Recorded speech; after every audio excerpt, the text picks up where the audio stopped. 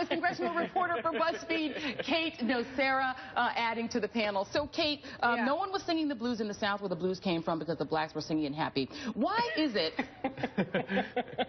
I ask you, that the right is going verklempt over the part of Phil Robertson's comments that had to do with his views on homosexuality, but I noticed a distinct sense of commentary about the black people comments? Well, you notice a distinct absence of commentary around actually the homophobic remarks as well.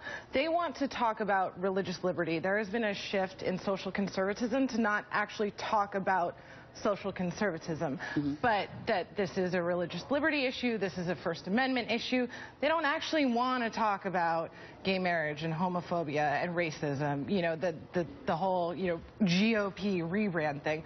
But that's very difficult to do when you have the governor of Louisiana and Senator Ted Cruz coming out to talk about Duck Dynasty. Right, and when you have really just sort of the view that Phil Robertson put forward, Karen, is sort of a rewrite of the history of the United States on race that I do actually find to be sort of common on the right? This requirement that everyone from President Obama to everyone else rewrite their view of the country to only talk about how awesome America is, and that any mention of the history that wasn't awesome for anyone, whether it's for gays and lesbians or for African Americans, is heresy, and they police that. Well, I think for starters, he should go see 12 Years a Slave, because that's a whole different picture, because the singing was not so happy. And as you pointed out, I mean, if he really was in the fields with the blacks and they were singing, if you were listening to the words of most of those old Negro spirituals, which became the blues and became, you know, jazz music, the lyrics were not so happy. They were about, like, this world sucks and Jesus is going to take care of me in the next one. I mean, so first of all, he wasn't even paying attention to what was going on. I mean, I think the other piece of this, though, is, you know, the part of the way you can justify slavery, part of the cruelty, the viciousness, and just treating another human being as an animal, you have to have some kind of, you know, rationale as to why that was okay. And once I think it became sort of a little bit of cognitive dissonance that, like, okay, well, that's not working, but they were singing, so they must have been happy, right? Because when you're happy, right, you don't sing about follow the drinking gourd when you're trying to escape, right? I mean, so I think that's part of it, is that, well, we have to have this veneer because then it's acceptable, the horrible things that were done. And I will point out that, you know, Phil's son, Will, and his wife, Corey, actually have a biracial child. They adopted this child. Jonathan Capehart wrote about this. He said the Robertson son and his wife adopt children, that they adopt children is a wonderful thing, yet I fear for that biracial child being raised in an environment where there's no understanding of this nation's complicated racial history and that kid's place in it, which is disturbing. But there is this other part to it, Josh, where he did talk about his views of the sinfulness of homosexuality, which is a view that's held by, you know, 40–45% of the American people. You wrote in your column today about this two Americas, right? You wrote there are two Americas, one of which is better than the other, and it's instructive who's sticking up for the worse America. Which, in your view, is the worse America and who's sticking up for it? I think the worse America is the America in which you get to say that Pearl Harbor was a result of Shinto Buddhists not accepting Jesus, which, you know, if we're talking about things in Phil Robertson's remarks that people aren't focusing on, there were so many offensive things to different groups that it was easy to gloss over things. I actually think the reason conservatives are not focusing on these racial remarks is that they are even less defensible than the remarks about homosexuality, as offensive as those remarks were. They were crude, and I think, you know, just because you say it's my religious view that gay people are evil, that doesn't make it okay to say that.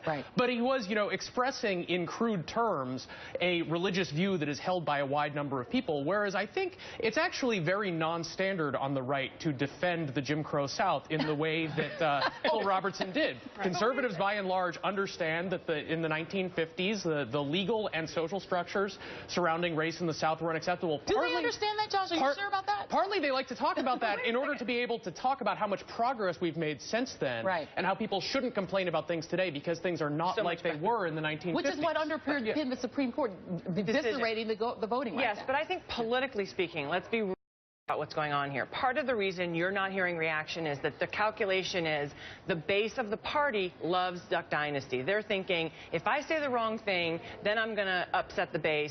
And for a lot of these guys who are already terrified of the Tea Party, and I am not saying that the Tea Party is racist, I am not saying that all of the base of the Republican Party is racist, I'm saying they know this is a popular show, and you don't go after a popular show and a popular figure if you think that the people who you want to vote for you, that's a show they like. Perfect. pivot point because we've got, and I want to get Matt in here because the politics I think here are very interesting. It is now becoming almost sort of a Chick-fil-A moment, right? Where were you when Phil Robertson was cruelly put aside by A&E? And that actually has become real political currency for people on the right. It has. And, you know, there's a deep sort of desire and very real sentiment among white Christian America to see themselves as a kind of oppressed minority in the United States today.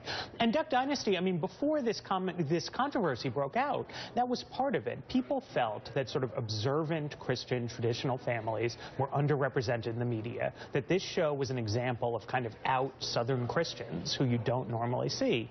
And they don't like the idea of these people being sort of put off the air, and they think that this is sort of the real framework of oppression in America, that there are things you can't say, that you can't talk about the good old days. You know, I mean, I think most people, as Josh was saying, would not go as far as he did in terms of the specific racial element, but that kind of nostalgia politics to say that, you know, things were better before the 60s when everything was ruined. I mean, that's a very common sentiment on the right. Now, people typically don't say, well, specifically what was better, right? Because when you drill down into it, obviously that's a very white perspective to have that kind of view.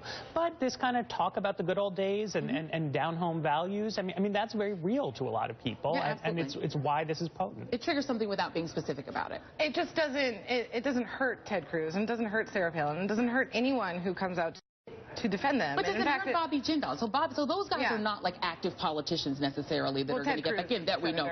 Okay, well, Ted Cruz is sort of a cartoon version of an active politician, but yes, he is. But somebody like a Bobby Jindal, who was right, he said, I want this to be the smart party. What is the margin in it for him? Is this what he needs to do, right, to be a contender in 2016? Does he need to weigh in and put his bona fides down as a social conservative? I was confused as to why he weighed in, other than they were his constituents. Maybe he was, you know, defending them, and they actually probably local business. The show is bringing a lot of money to Louisiana. It is subsidized by the taxpayers of Louisiana. It is a participant in their like film and TV production tax credit program. So he's actually, in some sense, defending. You know, he's talking his own book when he defends. And speaking retro, I mean, this controversy has brought back the post-Jack Abramoff version of Ralph Reed. Ralph Reed quoted in the Washington Post saying, "Make no mistake, these voters are paying attention. Voters," he said, "are paying attention, and they're going to remember who stood up." So this actually has become political currency. Just the same way that I think on our side, when Rush Limbaugh went after Sandra Fluke, we were all paying attention to who was willing to come out and stand up for her. I mean, both sides